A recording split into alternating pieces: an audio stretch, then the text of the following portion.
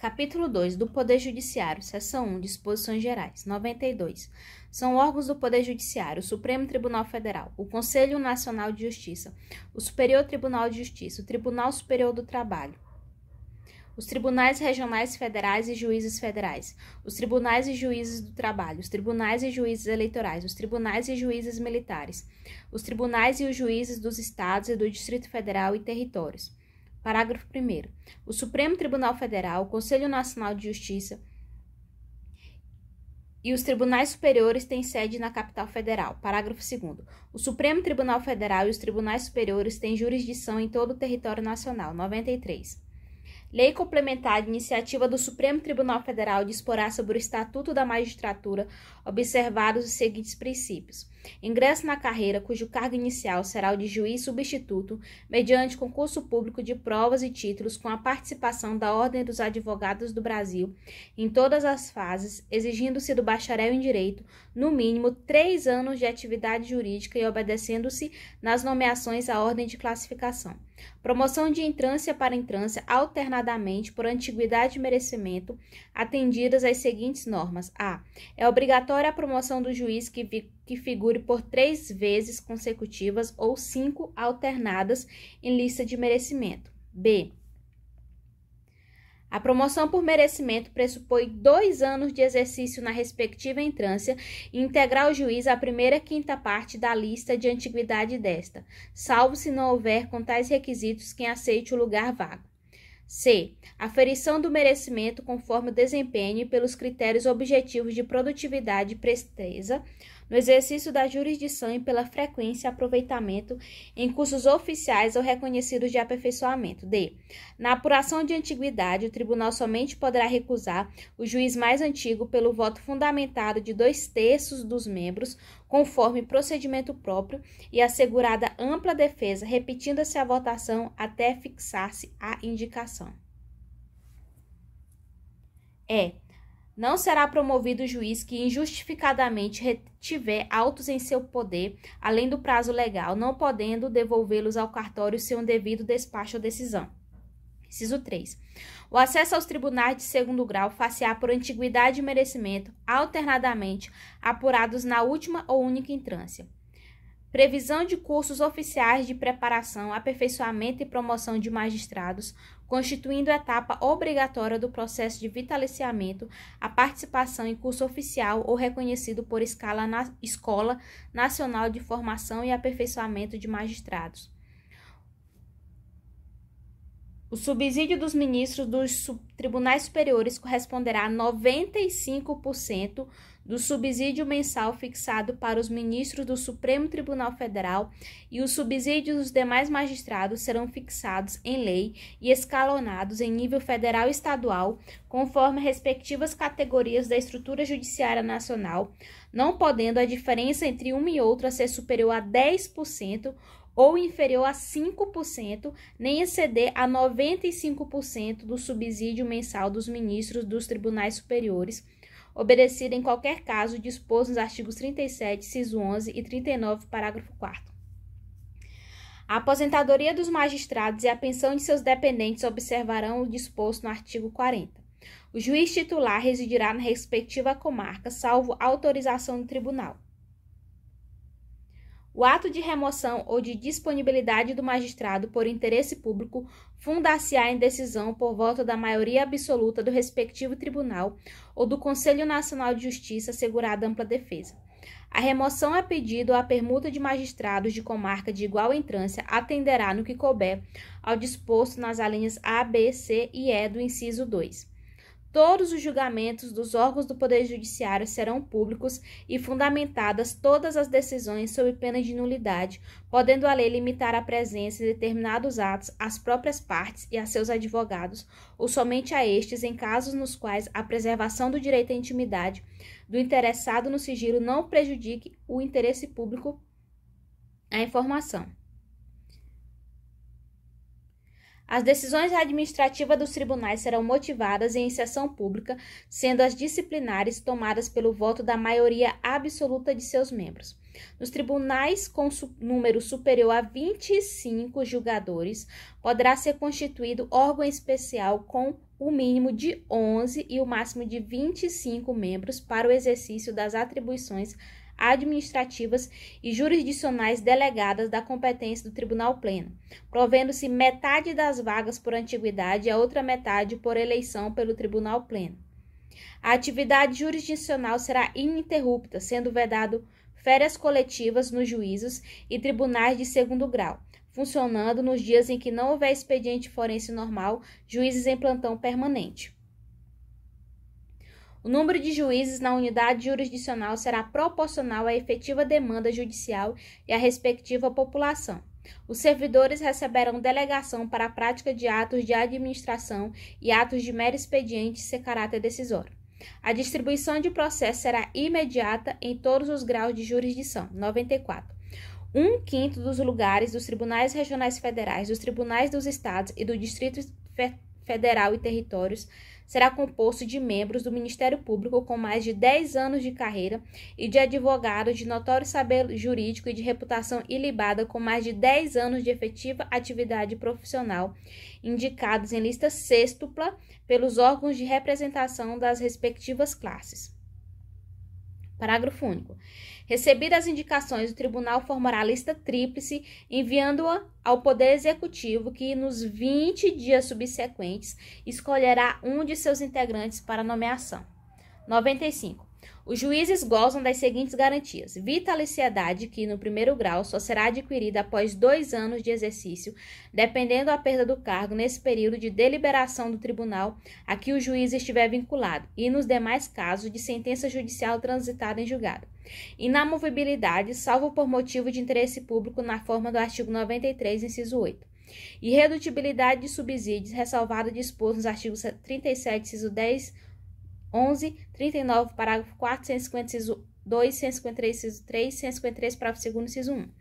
Parágrafo único. Aos juízes é vedado exercer, ainda que em disponibilidade, outro cargo ou função, salvo uma de magistério.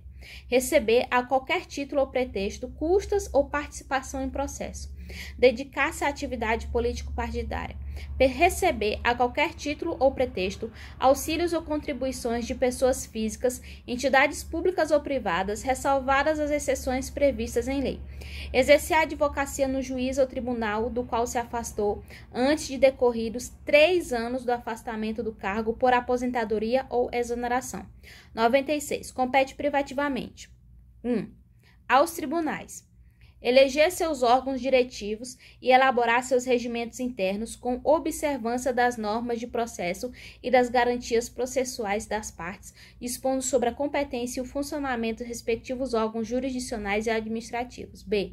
Organizar suas secretarias e serviços auxiliares e os dos juízes que lhes forem vinculados, velando pelo exercício da atividade correicional respectiva. C. Prover, na forma prevista nesta Constituição, os cargos de juiz de carreira da respectiva jurisdição. D. Propor a criação de novas varas judiciárias. E. Prover, por concurso público de provas ou de provas de títulos, obedecido o disposto no artigo 169, parágrafo único, os cargos necessários à administração da justiça, exceto os de confiança, assim definidos em lei. F. Conceder licença, férias e outros afastamentos a seus membros e aos juízes e servidores que lhes forem imediatamente vinculados. Inciso 2. O Supremo Tribunal Federal, os tribunais superiores e os tribunais de justiça propor ao Poder Legislativo respectivo, observado o disposto no artigo 169. A. A alteração do número de membros dos tribunais inferiores. B. A criação e a extinção de cargos e a remuneração dos seus serviços auxiliares e dos juízes que lhes forem vinculados, bem como a fixação do subsídio de seus membros e dos juízes, inclusive dos tribunais inferiores onde houver. C. A criação ou a extinção dos tribunais inferiores. D.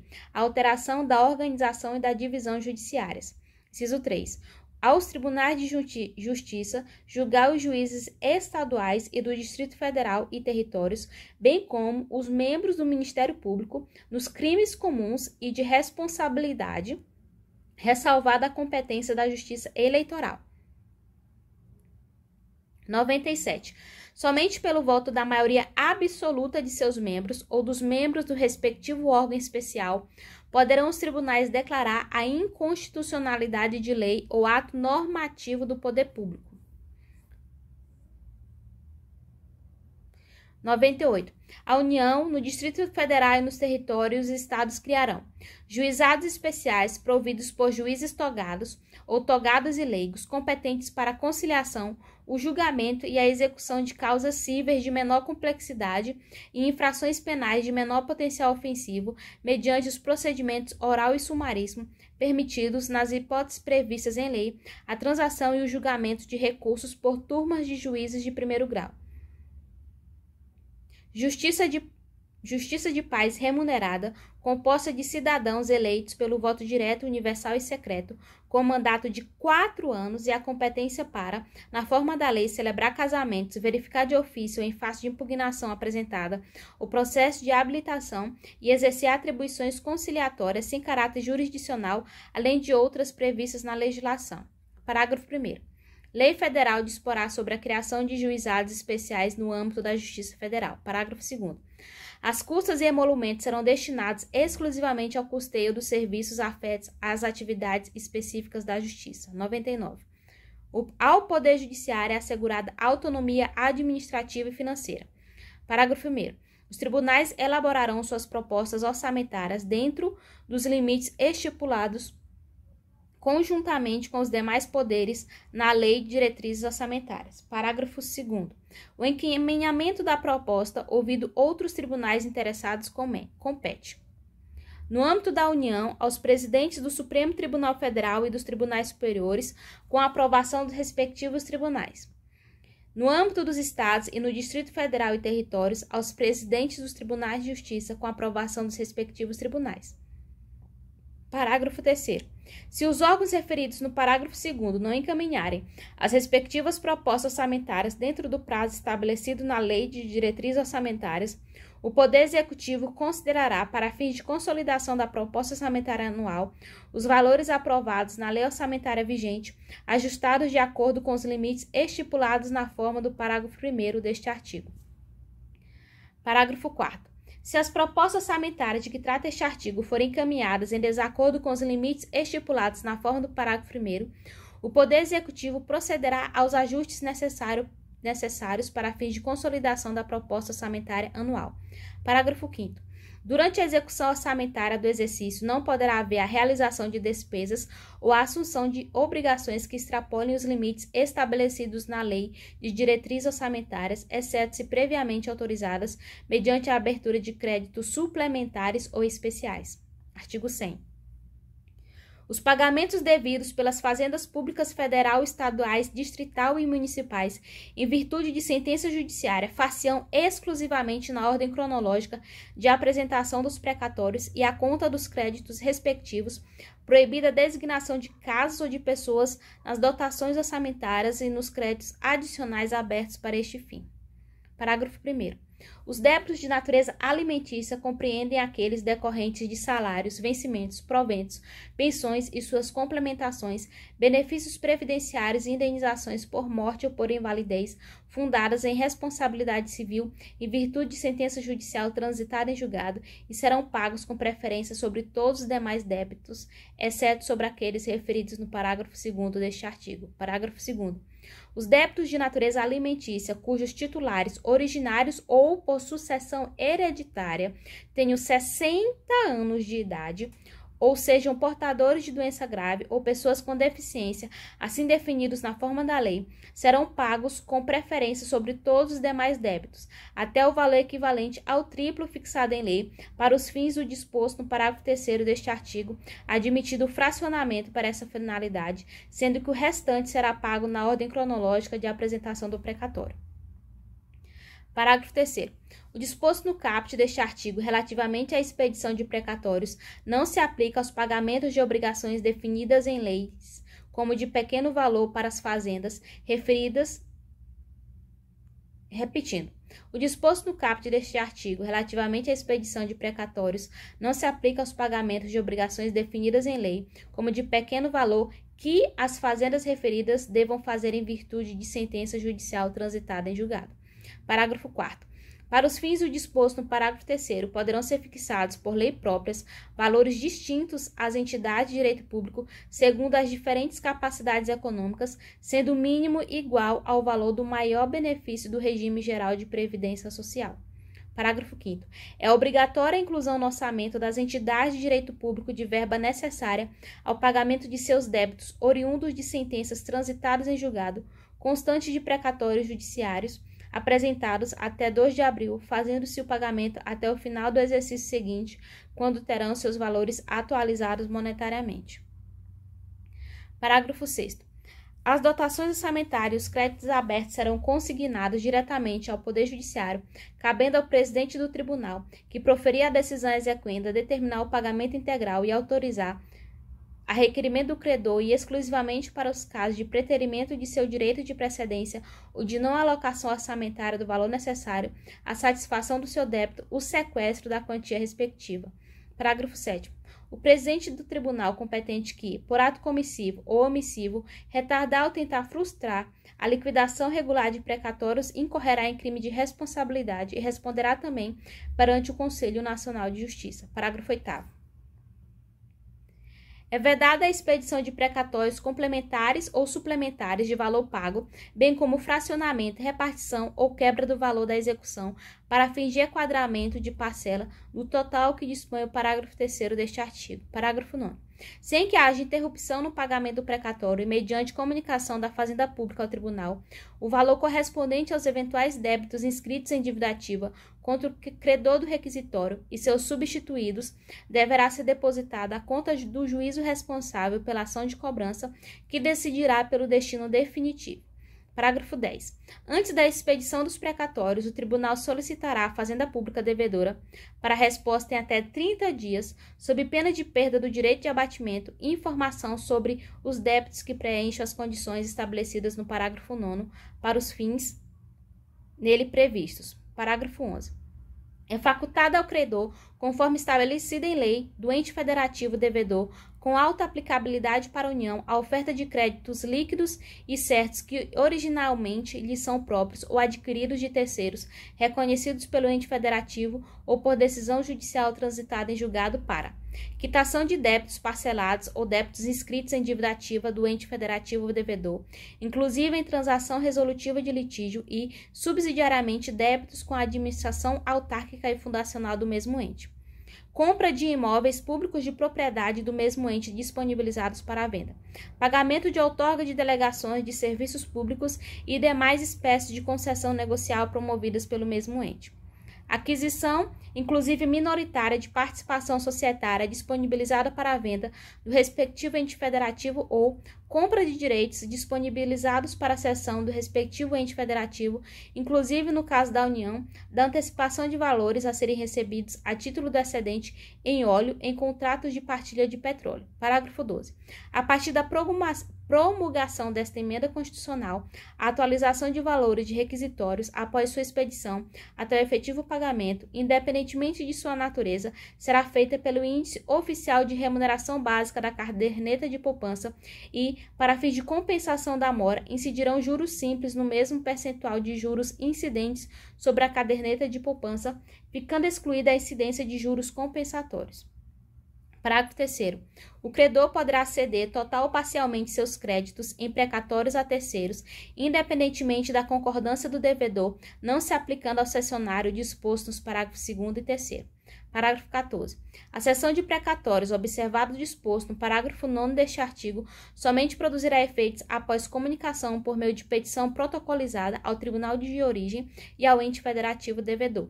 Parágrafo 15. Sem prejuízo disposto neste artigo, lei complementar a esta Constituição poderá estabelecer regime especial para pagamento de crédito de precatórios de Estados, Distrito Federal e municípios, dispondo sobre vinculações à receita corrente líquida e forma e prazo de liquidação. Parágrafo 16. A seu critério exclusivo e na forma de lei, a União poderá assumir débitos oriundos de precatórios de Estados, Distrito Federal e municípios, refinanciando-os diretamente. Parágrafo 17. A União, os Estados, Distrito Federal e os municípios aferirão mensalmente, em base anual, o comprometimento de suas respectivas receitas correntes líquidas com o pagamento de precatórios e obrigações de pequeno valor. Parágrafo 18. Entende-se como receita corrente líquida, para fins de que trata o parágrafo 17, o somatório das receitas tributárias, patrimoniais, industriais, agropecuárias, de contribuições e de serviços, de transferência correntes e outras receitas correntes, incluindo as oriundas do parágrafo 1º do artigo 20 da Constituição Federal, verificado no período compreendido pelo segundo mês imediatamente anterior ao de referência e os 11 meses precedentes, excluídas as duplicidades e deduzidas. Na União, as parcelas entregues aos Estados, ao Distrito Federal e aos municípios por determinação constitucional. Nos Estados, as parcelas entregues aos municípios por determinação constitucional. Na União, nos Estados, no Distrito Federal e nos municípios, a contribuição dos servidores para a custeio de seu sistema de previdência e assistência social e as receitas provenientes da compensação financeira referida no parágrafo 9º do artigo 201 da Constituição Federal. Parágrafo 19.